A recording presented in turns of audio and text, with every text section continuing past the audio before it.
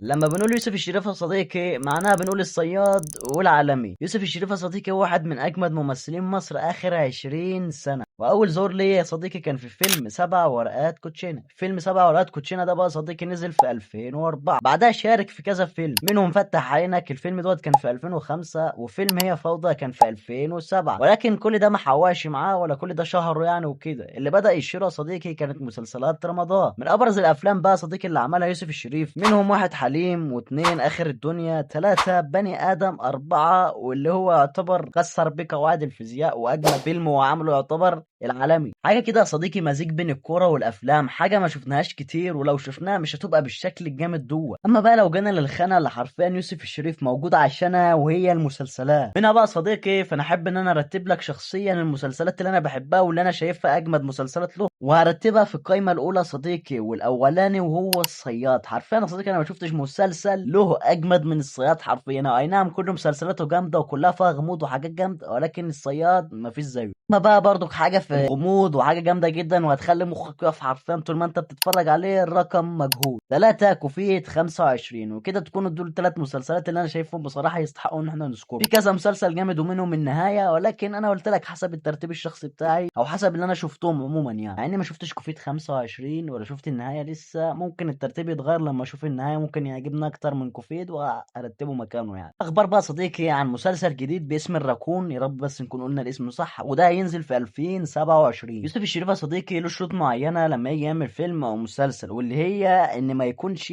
فيه مشاهد جريئة ابدا، وده حاجة عجبتني جدا يا صديقي له. وبيختار الدور بعناية، اللي هو الدور بقى يكون بقى خيال وغموض وحاجات جامدة تخلي المشاهد يستمتع بيه، ولما يخلص المسلسل يشوف له مسلسل تاني وتالت ويستنى الجديد كمان. مع ان يوسف الشريف يا صديقي ظهوره قليل جدا، افلامه مش كتير، مسلسلاته برضك مش كتير، ولكن قدر انه يسيب بصمة كبيرة جدا في السينما المصرية وخاصة في التلفزيون العربي. ولكن انا كادم يا صديقي لما احب اتكلم عن اي عمل ليوسف الشريف او اي عمل عموما هتكلم عنه، فاحب احطه في القايمة كده، واحب احطه في الاول كده، اللي هو واجهة رئيسية له الصياد. حرفيا مسلسل انا ما شفت زيه في مصر ولا اشوف زيه عموما يعني. المسلسل ده يا صديقي فيه غموض واثارة وخيال كل ما اللي انت عايزه هتلاقيه في المسلسل ده. عشان ما احرقهاش عليك هقول لك حاجات كده سريعة جدا كده يعني. في القصة بتدور حوالين سيف يا صديقي اللي هو ضابط شرطة بس موهوب جدا، بيعرف يستنتج ويمسك المجرمين، يعني من الاخر دماغ في جسم ضابط. بس يا صديقي تأتي الرياح بما لا تشتهي السفن، بيحصل له حادث يا صديقي، والحادث دوت بيدمره حرفيا.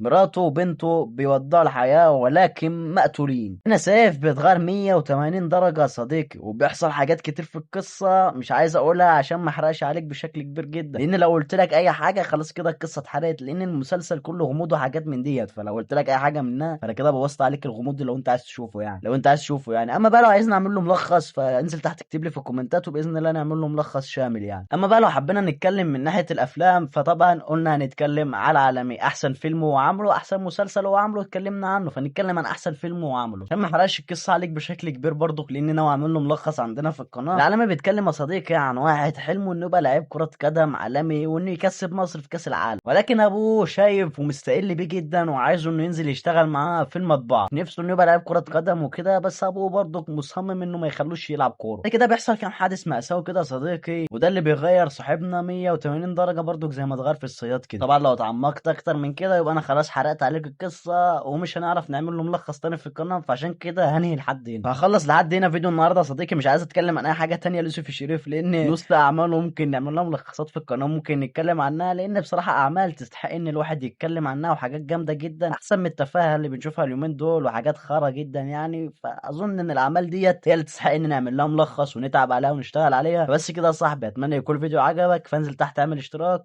وسلام.